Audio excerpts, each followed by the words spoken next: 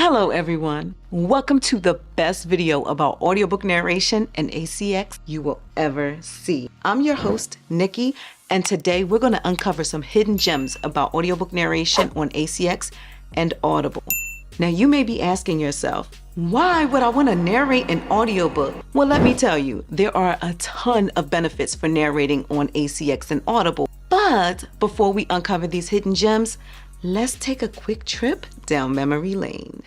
Listen up, if you're going to try and get that bag and make some money with audiobook narration, you got to know how it started and what the game is about. In 1995, Audible came along, and in 97, they created the first mobile audio player. And as it turns out, a lot of people prefer to listen to books rather than read them. Now you can listen to audiobooks on your smartphone, tablet, and even your fancy little smartwatch. And now audiobooks are winning as a $5 billion industry, and those of us that were smart enough to narrate these books are getting a piece of that pie. Thank goodness for ACX and Audible. ACX and Audible have revolutionized the audiobook narration industry because they've allowed authors and narrators to easily connect on a free platform, acx.com. Not only that, but they allow narrators and the authors to reach a wider audience and earn more money. Speaking of money, for those of you that are new here, let me break it down to how the money works on ACX. So you sign up for acx.com. It's free. You audition for audiobooks that are available. If you land a gig, you will get offered a contract and you will be able to earn royalties for 7 years, earning 20% of each book's sales,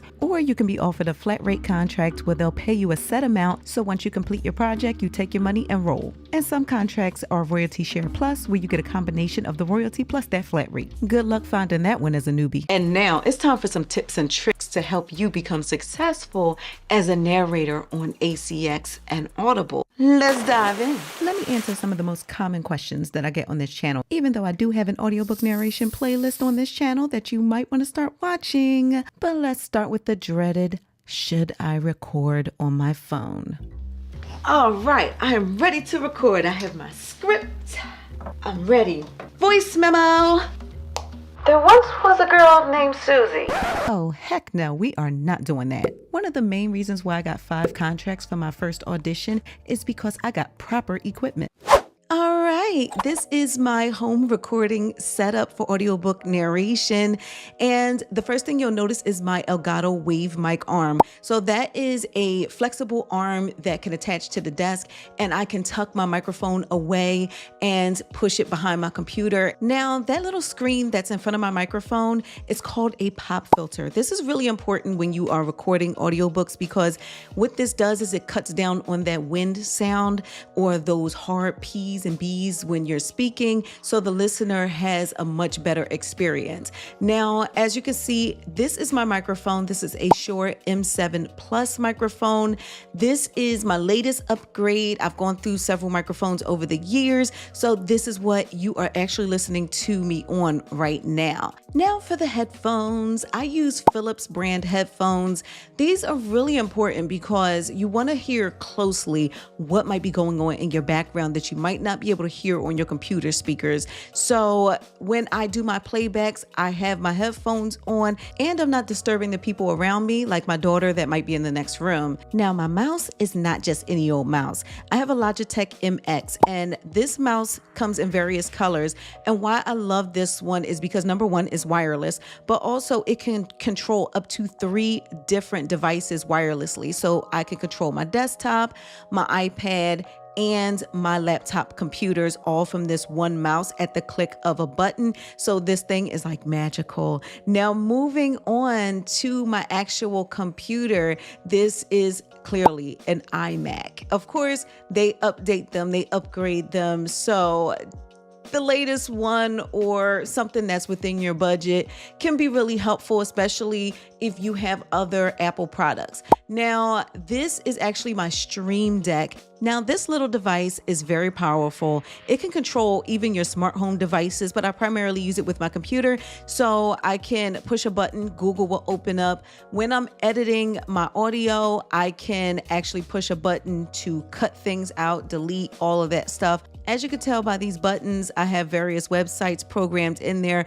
but there are pages and pages of these buttons. I control my live streams, and I'm even using it to edit this video right now. Now, this next thing, this is personal preference, but I use a 10-inch ring light because I sometimes want some soft light because I don't want to have the overhead lights on, especially when I'm recording at night.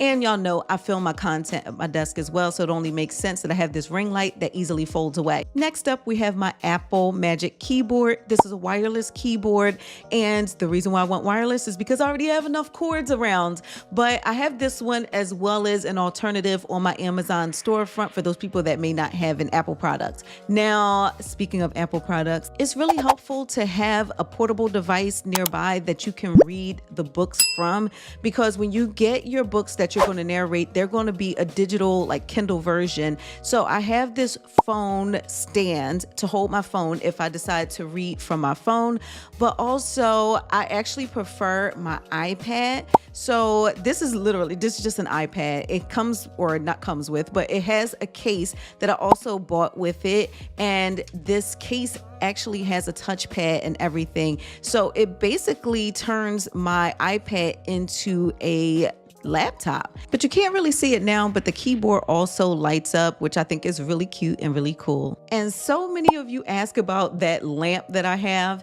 That is on my Amazon storefront as well. It's just not in the audiobook narration part of it, but check out my Amazon storefront for all of this equipment and more that can fit within your budget. But let's chat about some other things that you might want to know about. Another question I get asked commonly is, which editing software do I use for audiobook narration? That one is easy. I use the Sound Blaster 85,000. It's so affordable.